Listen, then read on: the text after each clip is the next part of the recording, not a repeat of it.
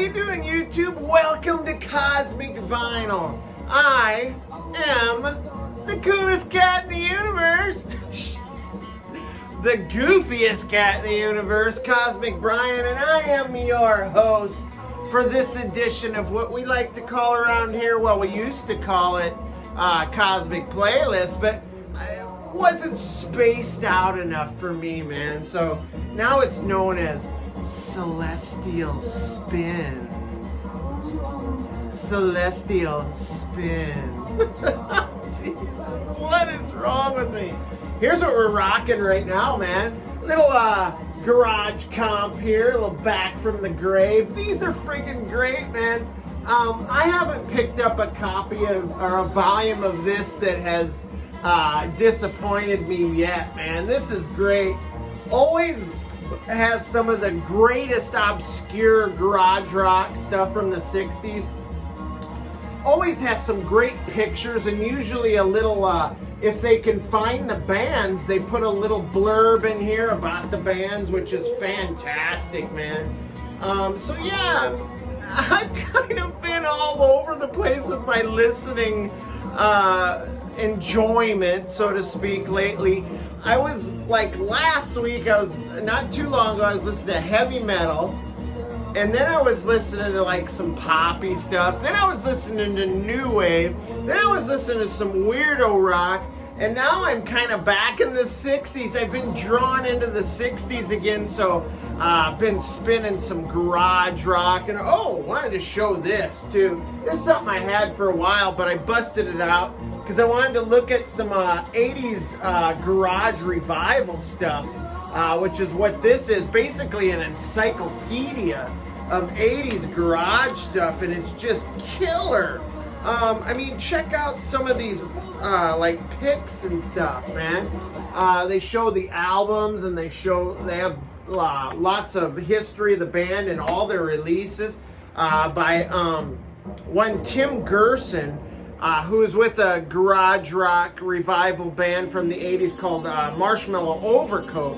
I think he passed away not too long ago, but I wanted to show this because I've been digging into it big time lately. But just a great book, man. Check it out if you haven't. So now we're what Celestial Spins is basically just what I've been listening to. I've had the day free today. My wife is home from the hospital. I've had the day to just kind of listen to music and have a few cold ones. Got my big beer going here. It doesn't even fit the koozie. But while I'm holding it, we might as well do a big chug, right? I mean, come on.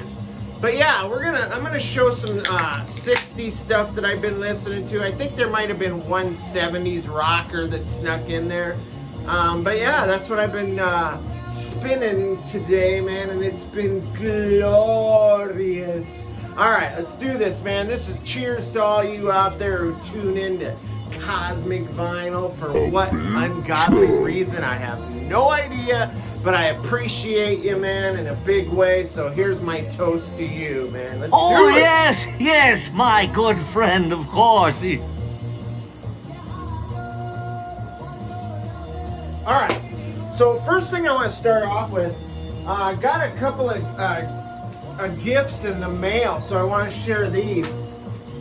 This came from Don, that old goat, and this is Michael Christensen. This is the Middle Kingdom years. Apparently he's somebody who's associated with some of the people in the vinyl community. This is like very ambient, kind of psychedelic stuff here. Look at that great cover, man. And there's a cool insert in here too, if I can get it out. I think this is the label here that it came on, but look at that great graphic there, man. So cool. Kind of fits right into like the old 70s like psych stuff, the ambient stuff.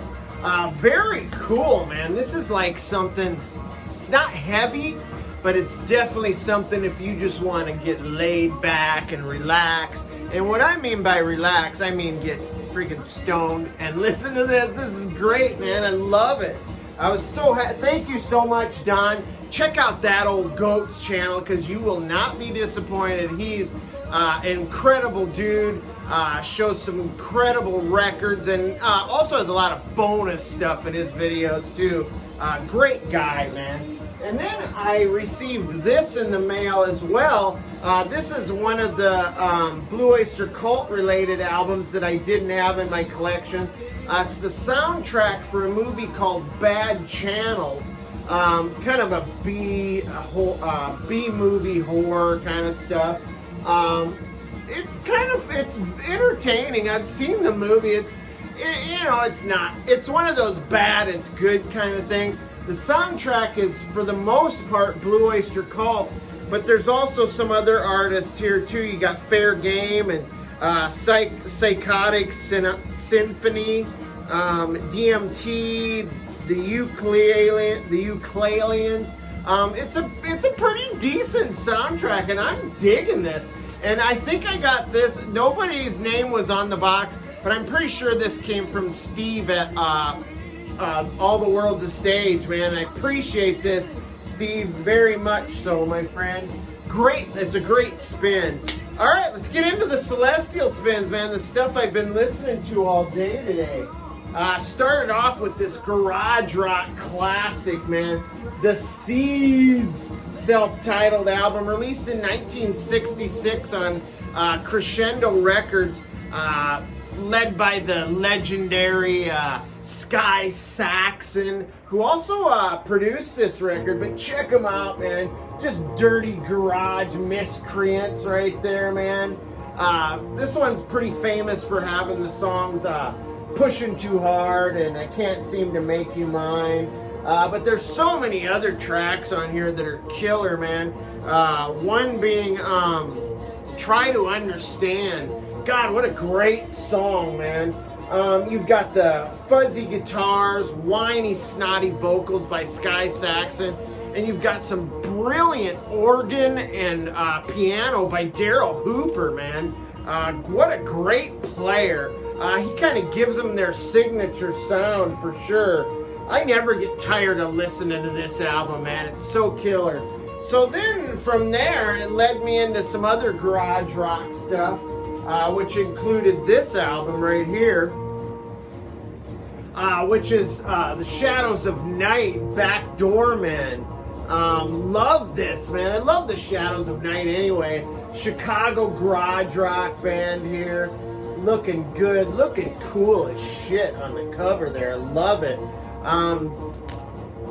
This one's on the Dunwich label, which I actually really dig the Dunwich label there. Check that out. This is released in 1966, like I said, on the Dunwich. Chicago garage rock, who made it big kind of with their cover of Gloria on their first album, which is another great garage rock listen, man. Kind of bluesy garage rock.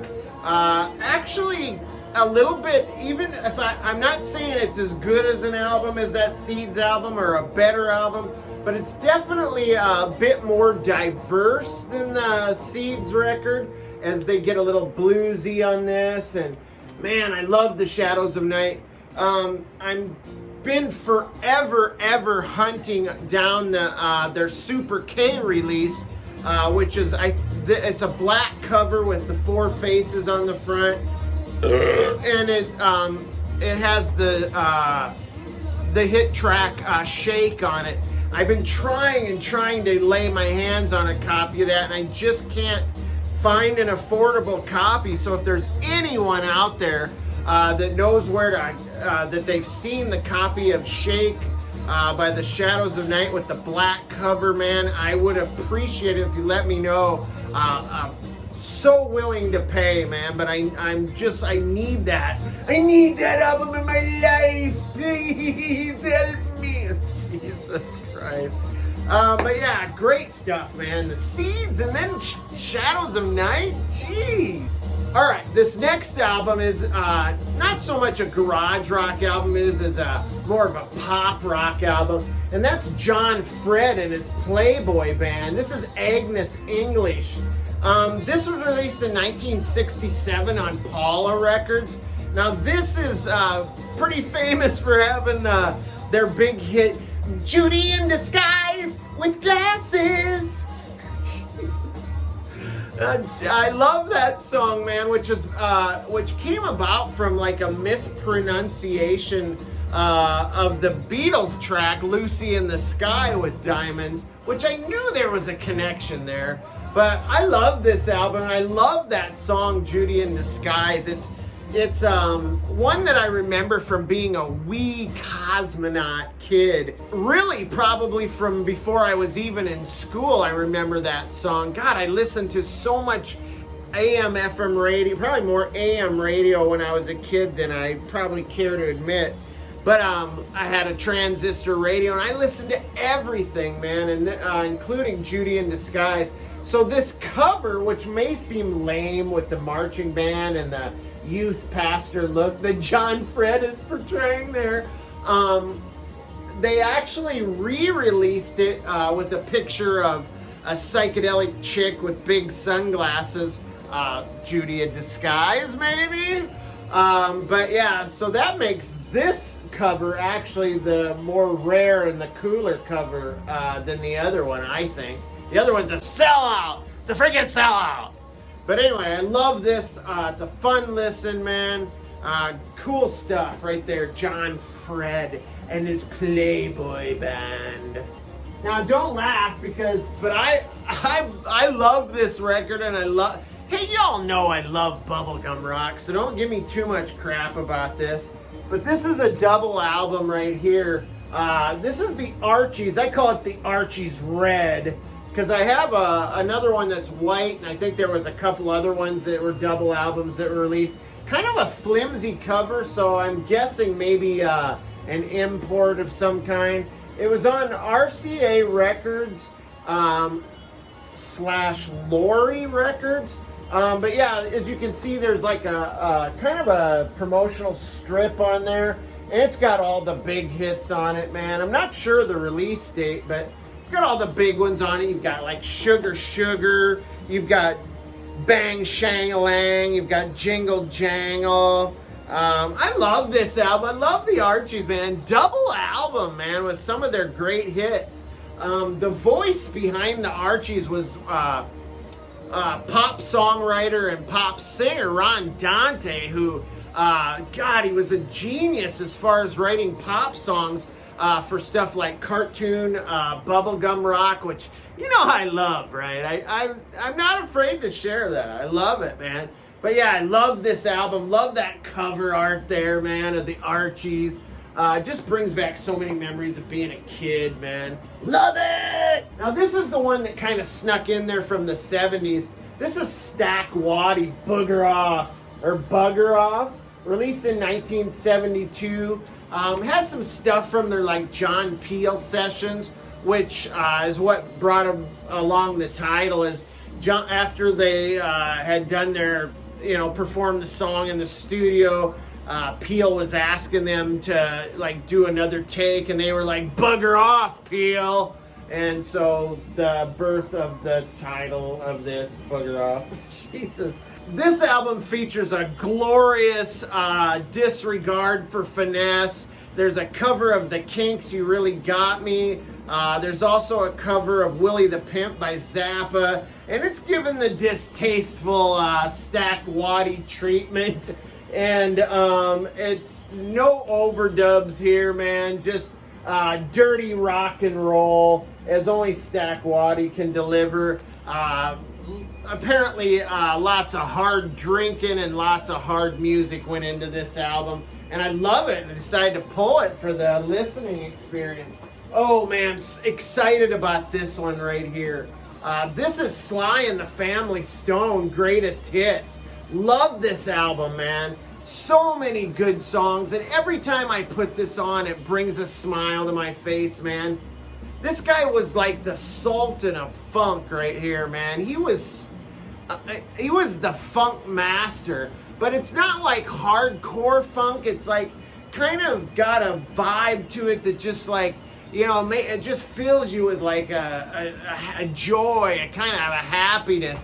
One could say that Sly Stone and his family And James Brown were probably like the originators of funk, right? But check this out, man. One of the greatest gatefolds ever, man. Look at that. It's like hippie 70s or 60s hippie funk, right? 60s and 70s hippie funk.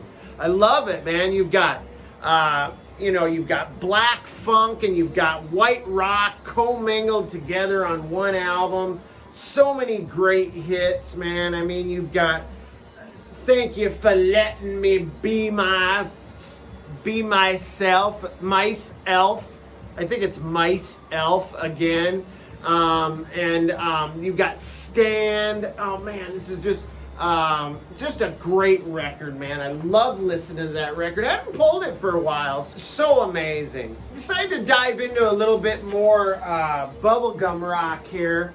So I went with Indian Giver by 1910 Fruit Gum Company. One of my favorite bubblegum rock albums here. I love this. Released in 1969 on Buddha Records. Just catchy, poppy bubblegum rock. Sugary melodies. Maybe a little pop psych in there as well. Man, the guys behind this whole bubblegum rock phenomenon really knew how to write great pop songs. I mean, they don't call them hooks for nothing. It hooks you in, man, and it draws you in to listen. And definitely these bubblegum rock albums had all that. I love this, man. I get a smile on my face every time I spin this record, man. Highlights on here, the title track, Indian Giver. You've also got Groovy Groovy, Good Lovin'. This is a fine bubblegum rock album right here. Love it. Now, this is probably the best album I listened to all day. One of my favorite albums. There's like 3 in here that I really dug, and this is one of them right here. This is the Pretty Things, Get the Picture. Always love that cover art there, man. This is an obvious repress here, but I just love this album. Now, this one was released a little earlier than the other stuff I've shown. This was released in 1965. I believe it originally came out on Fontana Records. This is a Mad Fish reissue. This is like garage rock, freak beat, little soul stuff in here, but all great like rock and roll, man. I mean, you've got distorted guitar and bass. You've got some kind of jangly stuff in there too, which is super groovy. This is a band that I feel like should be mentioned in the same breath as like the Beatles, the Stones, the Kinks. This is a band that should be mentioned right there, man. Should be right there. Highlights on this are songs like Buzz the Jerk, which just has this great stroll vibe to it. And then you've got the title track, Get the Picture, which he's kind of like telling this chick, what's up? You're mine, you're mine now. It was the 60s, what can you say, man?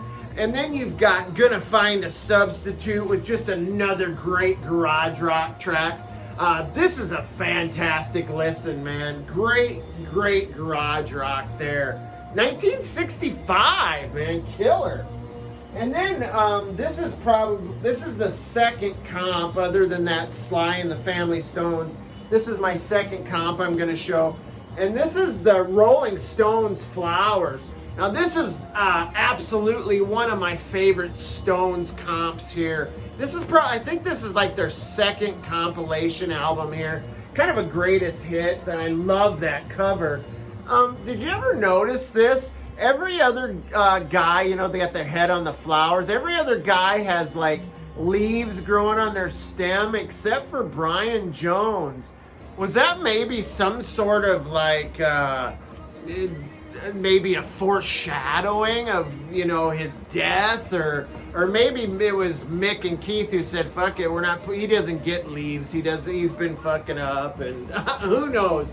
But this just has so many great tracks on it. I mean, listen to this. It opens up with Ruby Tuesday, You've got Let's Spend the Night Together. My favorite song on here, though, is called Out of Time, which was on the Once Upon a Time in Hollywood soundtrack, the Quentin Tarantino joint. You've also got Mother's Little Helper. This is just a killer early Stones comp right here. Love this, man. What a great record, man. If you like early Stone stuff, boom, Flowers. Now, I needed a 10th album to round things out, and what better album than this? Pink Floyd, Piper at the Gates of Dawn, got the big ol', it's still got the shrink, it's got the big hype sticker, obviously a reissue. Originally released in 1967 on EMI Columbia. This is like the beginning of the Pink Floyd journey right here. The Syd Barrett years, man. This is just like a flawless psychedelic record here. And the Pink Floyd history, if you go back, is so rich with like just great stories and drama, starting with this album. I mean, think about just take their history from this album, Piper's, to maybe like The Wall, right?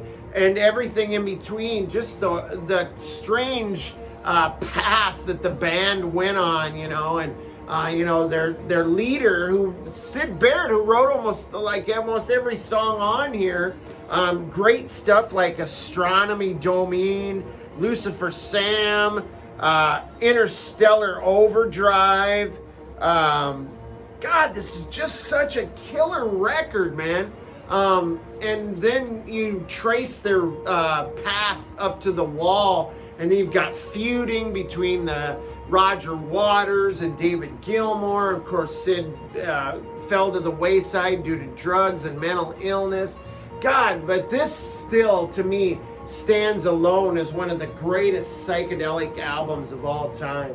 So that was my listening list for today. Drinking beers and spinning tunes. Celestial spins, my friends. So yeah, man, that's it. I hope you guys have a great rest of your weekend, man. I'm in such a great mood. The wife is doing great, man. Stronger than ever. I love you guys out there. Stay cool, stay cosmic. We'll catch you in the next video. Choo-choo-choo-choo-choo-choo-choo. See ya. So they sold out and put this released it with another cover of there's a song. Jesus Christ. This fucking sucks dick.